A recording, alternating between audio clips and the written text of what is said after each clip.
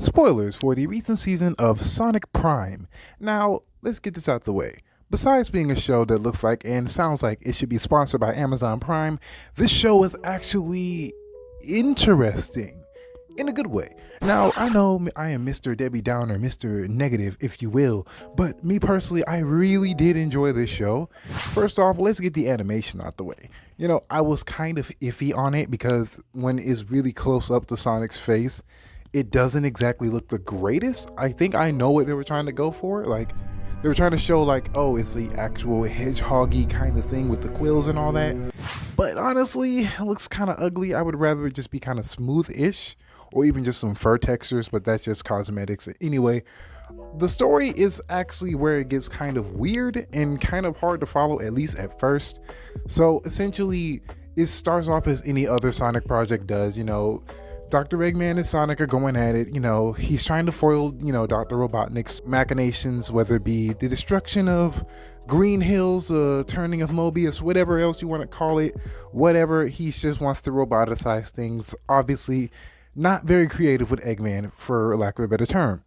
Now, to be fair, I've had this critique for many years when it came to Sonic as a property, and I will never understand why they will continue to do this.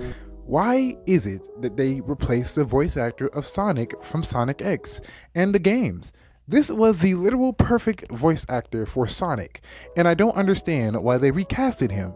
And if you do not know who I'm talking about, I am talking about my boy Jason Griffith. I don't understand why they continue to just shaft this man. He is literally the perfect voice actor for Sonic. I literally hear his voice no matter the adaptation.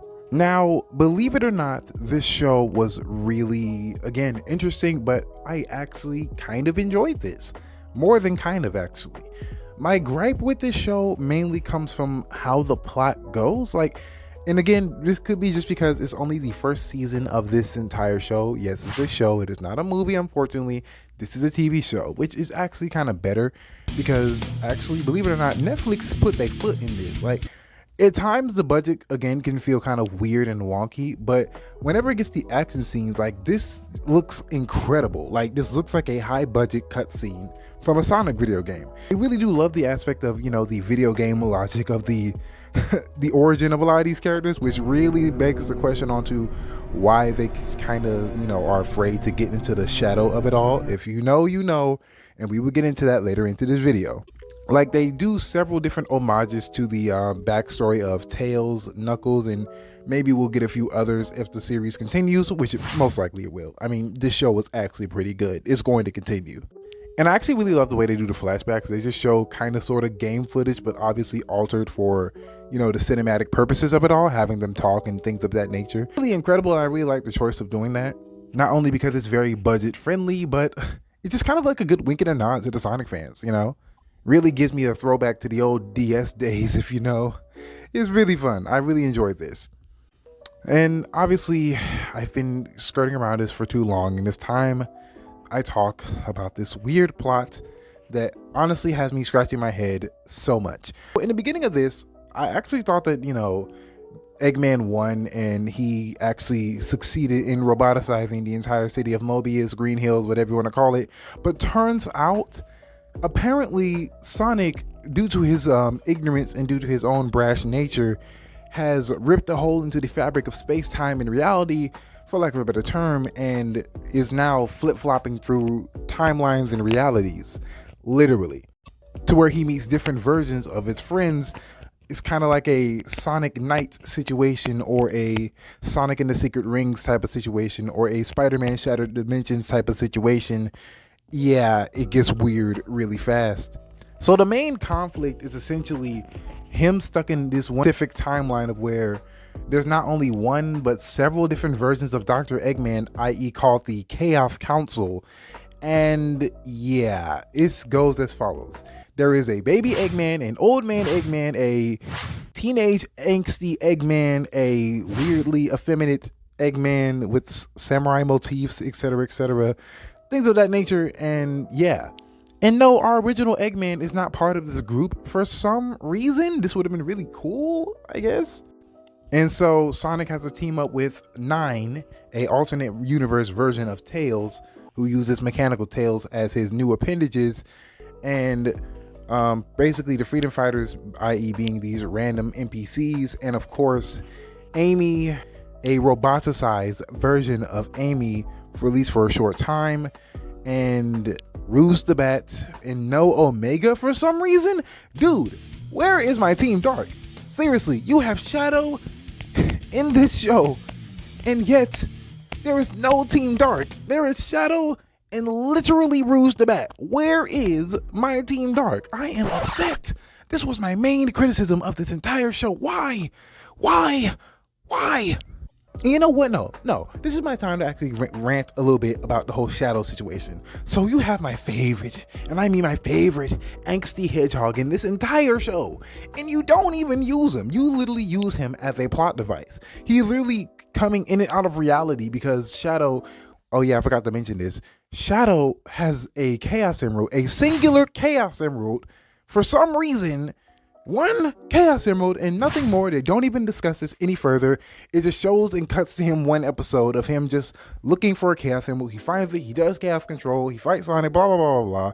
And he, right before, and I mean split seconds before Sonic destroys reality, literally destroys reality, he uses Chaos Control to freeze time and slide through a pocket dimension into the shattering of the time-space continuum.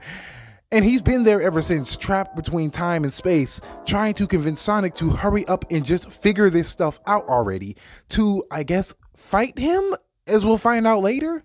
I hate the fact that they barely use my boy Shadow. And again, I feel like they're doing this because they don't want to explain why Shadow exists in this weird multiversal universe. And, you know, there's not that many humans. You know, it's kind of like the situation with modern Sonic games in general. It's kind of like confusing to get into. The dude, like Sonic literally said, it's confusing, we don't have to get into it. He literally brushed past Shadow's introduction. Like, it was hilarious. But to me, I think it's kind of weird because there isn't an alternate universe version of Sonic in any of these universes. There isn't an alternate universe version of Shadow, and again, I feel like it's because of the time-displaced nature of their appearance in these timelines. I feel like that's the main reason why. And midway through the end of the series, or at least this season, Shadow finally confronts Sonic by literally stopping him from warping to a different universe to tell him the unfortunate truth of he destroyed their reality. He destroyed Sonic and Shadow's true universe and home. Literally, like, and then we cut to black after Shadow was beginning to pummel, and I do mean pummel, the ever-living quills out of Sonic. And yeah, that's where we left off of this entire thing. I know this was a really brief rundown of this entire show, but honestly, I feel like, and here's my early prediction, and I could be wrong, I feel like the next season, either next year, this year, however they want to do this, is going to be Shadow and Sonic teaming up to fix reality and to save the multiverse. I believe so, if I'm not mistaken, because, like, come on, man. That's clearly what they're setting up here. Of course, they're not going to make Shadow the main villain. They're not going to do that again. Clearly, they're not doing this. This is not Sonic Adventure 2. Come on. Let's stop the cap here. We love Sonic and Shadow teaming up together. That's going to happen. We know that. Come on now. Like, I was born at night, not last night. Anyways, I really did enjoy the show. Like, the art style really did do it for me. Like, I thought I was gonna hate it, but I like how expressive everyone moved. I like the plot for the most part, besides the lack of Shadow. But we'll get to that in the next season, because if they don't redeem themselves, I will have words. I will have so many words with Netflix. Either way, that is just my brief thoughts. If I had to really give it a ranking, if I still do this anymore, honestly, I have to give it a solid, it's like a 7, maybe 8.5